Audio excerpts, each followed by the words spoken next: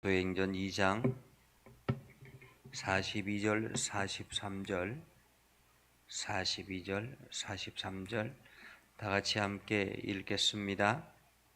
그들이 사도의 가르침을 받아 서로 교제하고 떡을 떼며 오로지 기도하기를 힘쓰니라. 사람마다 두려워하는데 사도들로 말미암아 기사와 표적이 많이 나타나니. 아멘.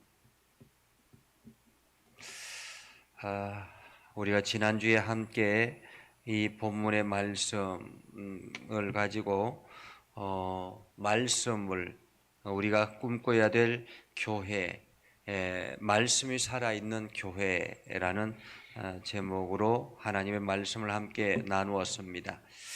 오늘은 우리가 힘써야 할 것이 또 무엇인가 하는 것을 묵상하다가 우리가 힘써야 될 것은 또한 기도다라는 것을 함께 말씀을 나누어 보려고 합니다. 초대교회 성도들은 모여서 사도들의 가르침만 받고 서로 교제만 하고 떡을 떼기만 한 것이 아니었습니다. 그들은 오로지 기도에 힘쓰는 공동체를 이루었다라고 볼 수 있죠. 우리가 아무리 하나님의 말씀을 가르침을 받아도 우리가 하나님의 말씀을 많이 알고 있다 할지라도 내 뜻대로 내 힘대로 되지 않습니다. 말씀을 실천할 수 있는 힘은 주님으로부터 나오죠. 하나님의 말씀이 내 안에 가득 차 있다 할지라도 내가 주님 앞에 구하지 아니하면, 기도하지 아니하면, 주님께 도움을 청하지 아니하면 안 되는 것입니다. 그래서 주님의 도우심을 구하는 것이 바로 기도다, 그렇게 말할 수가 있습니다. 내 힘으로 인생의 모든 문제를 해결하기가 참으로 어렵습니다. 어려운 일이죠. 그러나 우리가 기도를 함으로 인해서 하나님의 도우심을 구하면 그 인생이 훨씬 더 수월하게, 훨씬 더 편안하게, 그리고 훨씬 더 아름답게, 훨씬 더 가치 있게 세워져 나갈 수 있습니다. 그래서 초대 교회 성도들은 오로지 기도하기에 힘썼다라고 말하고 있죠. 오로지 기도하기에 힘썼다라는 말은 기도에 전념했다라는 말입니다. 기도에 전념했다. 기도는 영적인 호흡과 같습니다. 우리가 기도를 하지 않으면 영적으로 질식해 무기력하게 되는 것입니다. 우리가 기도를 중단하기 시작하면 오랫동안 기도하지 아니하면 우리는 영적으로 무기력해져서 형식적인 신앙인으로 갈 가능성이 많습니다. 그래서 우리는 매일마다 아침마다 하나님 앞에 먼저 기도하고 하나님의 음성을 듣고 하나님의 인도하심을 받아서 하루하루를 하나님과 동행하는 삶을 살아가야 되는 것이죠. 그래서 사무엘 선지자는 이렇게 말합니다. 나는 너희를 위하여 기도하기를 쉬는 죄를 여호와 앞에 결단코 범하지 아니하겠다라고 말하고 있습니다. 사도 바울도 말하죠. 쉬지 말고 기도하라. 쉬지 말고 기도하라. 기도는 우리들에게는 호흡이다라는 것입니다. 하나님의 백성에게 있어서는 영적인 호흡이다. 그래서 우리가 기도를 중단하면 우리는 영적으로 무기력해지고 그렇게 가다 보면 영적인 중환자가 될 수 있다라는 것입니다. 살아있기는 하는데 아무런 영적인 능력을 발휘하지 못하는 영적인 중환자가 될 가능성이 많습니다. 세상에 영적인 중환자들이 얼마나 많은지 모릅니다. 분명히 교회는 다니는데 영적인 능력을 상실해서 영적인 기대치를 가지지 못하는 그러한 성도들이 너무 많다라는 것입니다. 리더십 전문가로 알려져 있는 한옥 목사님이 이런 간증을 책에 기록한 적이 있습니다. 책 제목이 재미있죠. 기도라는 책을 내면서 하늘의 능력을 다운로드하라 라는 제목으로 책을 썼습니다. 하늘의 능력을 다운로드하라. 한마디로 컴퓨터에서 어떤 자료를 내가 사용하려면은 그것을 자료를 받아야 되는데 그 받는 것을 다운로드한다라고 말하죠. 그가 초등학교 4학년 때 손님 마마라는 천연두에 걸렸다고 합니다. 늦게 천연두가 온 것이죠. 다른 아이보다 늦게 천연두가 와서 그런지 온몸이 불덩이였다고 합니다. 엄청난 40도가 넘는 고열에 몇 주를 계속했다라고 합니다. 2주 정도를 40도가 넘는 고열로 시달렸다고 합니다. 그리고 온몸에 붉은 반점들이 곳곳에 나기 시작했다라는 것입니다. 열이 떨어지지 아니하고 너무 아파서 아무것도 먹지 못하는 그러한 상태에서 몇 번씩 기절하기도 했다고 합니다. 의사는 너무 심해서 이렇게 가다가는 죽을 수 있다라고 이야기를 했다고 합니다. 그리고 살아난다 할지라도 아마도 이 정도 되면 곤보가 될 가능성이 많다, 이렇게 경고를 했습니다. 그때 그의 어머니는 이마에 물수건을 대어주면서 계속 눈물로 기도했습니다. 그때 아파하는 어린 아들에게 이렇게 이야기를 했습니다. 홍아, 너도 기도해라. 홍아, 너도 기도해라.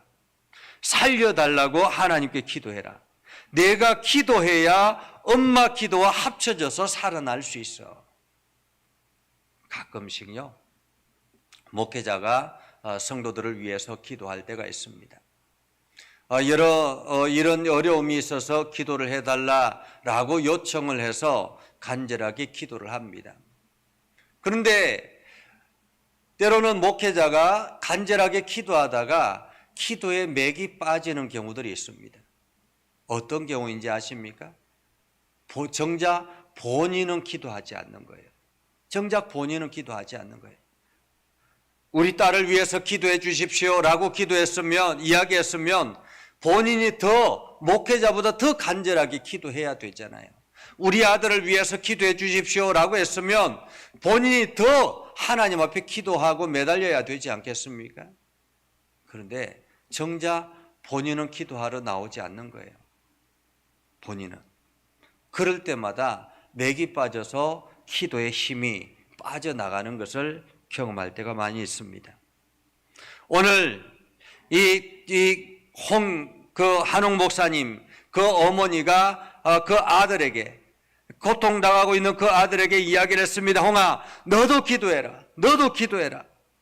살려달라고 하나님 앞에 기도해라. 그래서 누운 자리에서 신음하며 기도했다고 합니다. 하나님 살려주세요. 하나님 살려주세요. 그런데 며칠이 지나지 않아서 거짓말처럼 열이 싹 사라지기 시작했다고 합니다. 열이 떨어지더니 온몸이 시원해지는 것을 느끼게 되었고, 그리고 얼굴에 금방 닦지가 않더니 떨어지면서 얼굴이 깨끗해진 것입니다.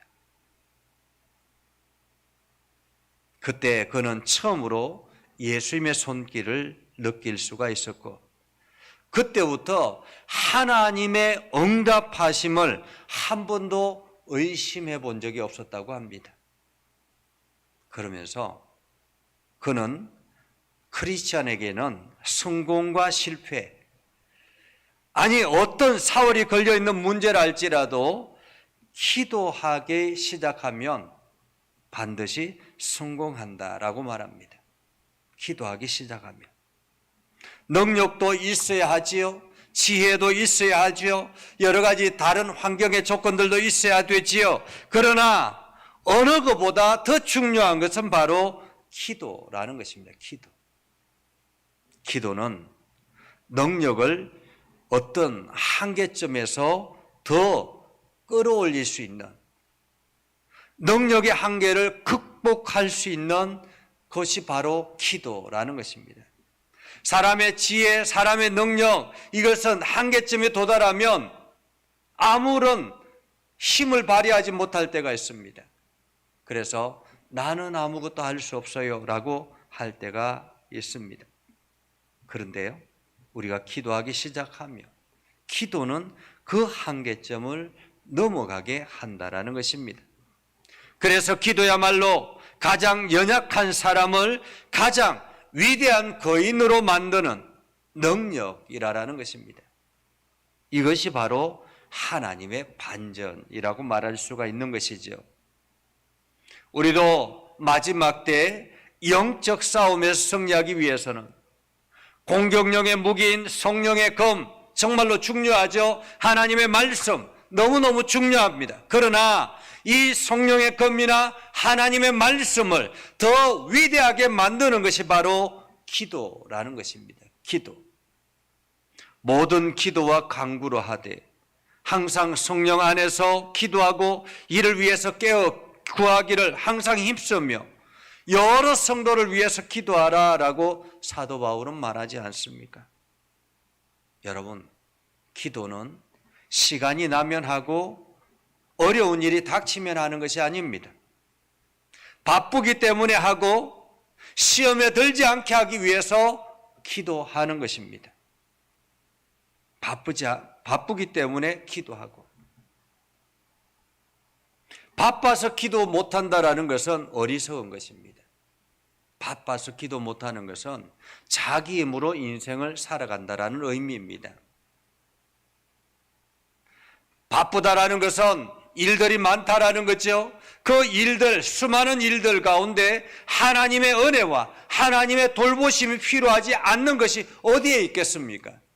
그렇기 때문에 일이 많으면 더 많이 기도해야 되는 것이죠. 바쁘면 더 많이 기도해야 되는 것입니다. 우리가 기도할 때마다 어려움을 당하는 성도들과 또한 영적 전쟁을 위해서 선봉에 선 목회자를 위해서도 기도해야 합니다. 주의 종을 위해서 기도해야 되죠. 여러분이 저를 위해서 기도해야 됩니다. 제가 여러분을 위해서 기도하듯이 여러분도 저를 위해서 기도해야 되는 것입니다.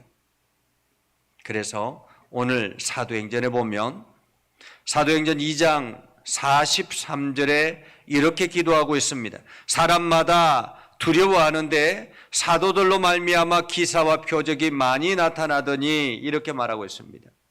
사람마다 두려워하는데 초대교회 사도들은 기사와 이적이 표적이 엄청나게 많이 났다라고 합니다. 여기서 기사와 표적은 우리 일상 속에 나타나는 자연계에 나타나는 기적을 말합니다. 우리가 구약 성경에 보면 여호수아가 아무리 사람들과의 전쟁 속에서 그렇게 기도하죠. 이제 이스라엘의 성리를 위해서 기도합니다. 태양아, 너는 기브온 골짜기, 기브온 위에 머무르라. 달아, 너도 아얄론 골짜기에 그리할지어다. 이렇게 외쳤을 때 정말로 태양과 달이 그 자리에서 멈추었다라고 하지 않습니까?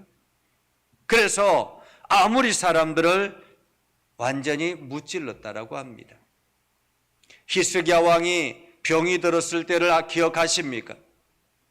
하나님 앞에 무릎 꿇고 나와서 기도하기 시작합니다. 간절하게 기도하기 시작합니다. 하나님께서 응답하셔서 내가 너를 치료하겠다라고 하셨습니다.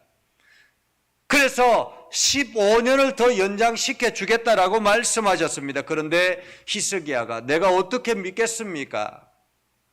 그러면 어떻게 하면 믿겠느냐? 하나님께서 약속하셨죠. 해 그림자를 뒤로 물러가게. 그래서 해 그림자가 15도 뒤로 물러갔다라고 하지 않습니까? 어떻게 해 그림자가 더 뒤로 물러갈 수 있겠습니까? 우리는 기도할 때에 이러한 능력들이 나타나는 것입니다. 김의식 목사님이 이제 제가 신학교 다닐 때 상담학 교수님이셨는데요. 이분이 이제 미국에서 장신대 교수로 청빙을 받고 와서 이제 교수가 되려면 시골이나 어디에서 같이 목회하는 목회지가 있어야 했습니다.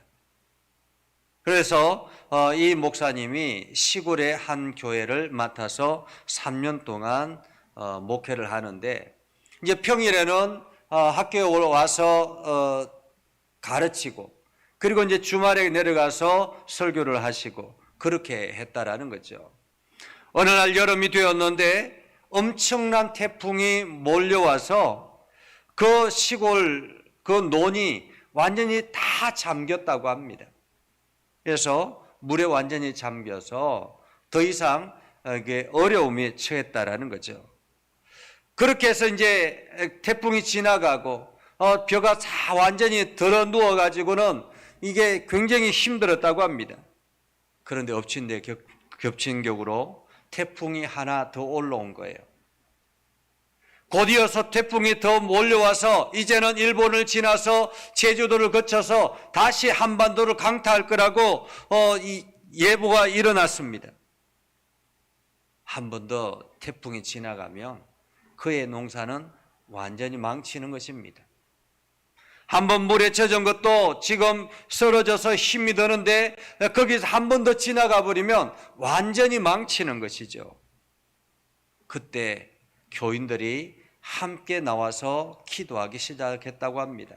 철야 기도를 하기 시작했는데 금요일 밤에 성도들이 함께 기도하고 그 기도를 전사님이 인도해서 기도를 하고 있는데, 7순이 넘으신 한 집사님이 이렇게 기도하더랍니다. 하나님 아버지, 태풍 부는 것이 하나님의 뜻이라면 우리가 어떻게 하겠소? 태풍 불어서 우리 한 해 농사 망치는 것은 다 감수하겠는데, 그런데 우리가 지금 교회에 모여서 철야 기도하는 것을 우리 죽산리 사람들이 다 알아라우. 그런데도 태풍이 불어불면 사람들이 뭐라 하겠소? 너희들 아무리 예수 믿고 밤새고 기도해도 뭔 소용이 있나? 이렇게 조롱하지 않겠습니까? 그러면서 죽산리 사람들한테 우리는 더 이상 전도도 못하고, 그러니까 저 죽어가는 영혼들을 살리기 위해서 태풍을 막아 주십시오, 이렇게 기도하더라라는 것입니다. 제단 앞에 엎드려서 기도하는 전사님이 그 기도 소리를 듣는데 얼마나 가슴이 메어지고 눈물이 나는지, 그래서 그 전사님도 그와 같이 기도했다고 합니다. 하나님, 정말로 저 집사님 기도가 맞습니다. 이대로 가다가는 태풍이 다시 지나와서 우리가 기도하는데 이 태풍이 다시 지나가서 사람들이 봐라, 너희가 기도한다고 무슨 소용이 있느냐라고 이야기하면 우리가 더 이상 전도를 어떻게 하겠습니까? 하나님, 저 집사님 기도대로 이 태풍을 좀 지나가게 해주십시오. 다른 곳으로 지나가게 해주십시오. 그런데 그 다음날 기적과 같은 일이 일어났다고 합니다. 태풍이 제주도 가까이 와서는 갑자기 좌회전을 하더니 그냥 바다를 동해로 빠져나가서 중국으로 지나가더라라는 것입니다. 그래서 그 해에 중국에 엄청난 수해를 입었다고 합니다. 우리가 하나님께 영광을 위해서 오늘날도 이 현장에서, 우리의 삶의 현장에 하나님께서는 기적을 베푸십니다. 그래서 그 목사님은 그렇게 이야기를 했습니다. 기상청의 일기예보가 틀리다고 생각하지 말고, 일기예보가 틀려지면 누가 또 기도를 했구먼, 이렇게 생각하라고 이야기를 했습니다. 여러분, 우리가 교회에 모일 때마다 성도들을 위해서, 이웃을 위해서, 직장을 위해서, 또한 하나님의 영광을 위해서 합심해서 기도해야 합니다. 마태복음 18장에 보면 이렇게 말합니다. 진실로 다시 너희에게 이르노니 너희 중에 두 사람이 땅에서 합심하여 무엇이든지 구하면 하늘에 계신 내 아버지께서 그들을 위하여 이루게 하시리라.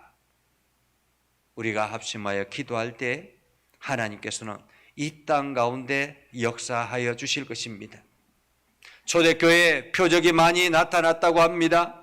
이 표적은 바로 우리가 영적으로 우리에게 영적인 교훈을 하기 위해서 상징적으로 보여주는 기적이라 말할 수 있습니다. 오늘날 우리에게도 하나님께서 역사하십니다. 미국의 한 한인교회 집사님이 유방암 수술을 하게 됐습니다. 그런데 유방암 수술을 하고 난 다음에 5년 만에 다시 재발했는데 의사는 6개월밖에 살지 못한다라는 시한부 선고를 내렸습니다. 그래서 목회자가 이러한 갑작스러운 이런 일이 일어나게 되어서 매일마다 새벽 기도를 나와서 안수 기도를 받고 가라 이렇게 이야기를 했다고 합니다. 그런데 이 집사님이 사는 집과 교회는 1시간 반 거리라고 합니다. 지금 우리가 온라인상에서 우리 곽순호 권사님, 김광식 장로님 함께 예배하고 있는데 안성 정도 거리라고 말할 수가 있죠. 1시간 반. 1시간 반 거리를 새벽마다 차로 온다라는 것이 쉬운 일이겠습니까? 이 여집사님이 운전할 수 없기에 남편을 대동해서 오는데 보통 같으면 우리 가까운 교회 가겠습니다. 가까운 교회에서 새벽 예배를 드리겠습니다라고 할 텐데 이 집사님은 매일마다 그렇게 차를 달려서 오더라라는 것입니다. 안수 기도를 하는데 매일같이 새벽마다 안수 기도를 합니다. 그런데 암세포는 임파선을 따라서 목뼈까지 다 삭아버릴 정도로 아주 더 힘들어졌다고 합니다. 그러다가 마침 고난주일이 되어서 집사님이 뒷자리에 앉아서 이제 예배를 하는데 그 모습이 너무너무 처량한 거예요. 마치 예수님께서 가시관을 쓰시고 그리고 십자가를 지고 가다가 완전히 힘이 다 빠져가지고 더 이상 일어날 수 없는 처지가 되어 있는 그 상황처럼 그렇게 느껴지더라라는 것입니다. 그래서 이대로는 안 되겠다. 그래서 그 주간 월요일부터 금식 기도를 들어갔다고 합니다. 월요일, 화요일, 수요일, 목요일 그렇게 하루하루 금식하며 그 집사님을 위해서 간절하게 기도하는데 성금요일 새벽이 되었는데 이런 기도가 나오더라고 합니다.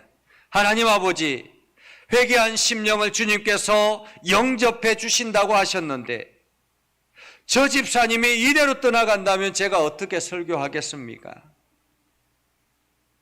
하나님, 저 집사님을 살려주시든지 아니면 저를 데려가시든지 둘 중에 하나를 해 주십시오. 그렇게 기도하는데 갑자기 막 불 같은 것이 가슴에 팍 떨어지더라라는 것입니다. 불덩이 같은 것이 가슴에 팍 떨어지면서 하나님 아버지 감사합니다. 그러한 기도가 나오더라라는 것입니다. 하나님께서 응답하신 것이죠. 그런데 정말로 그때부터 기적적으로 그 몸이 점점 회복되기 시작하더니 목뼈가 다시 살아나기 돋아나기 시작했고 골반뼈도 복원이 되기 시작했고 그래서 담당 의사가 보고는 이것은 기적입니다. 그러면서 의사가 물었다고 합니다. 혹시 예수 믿습니까?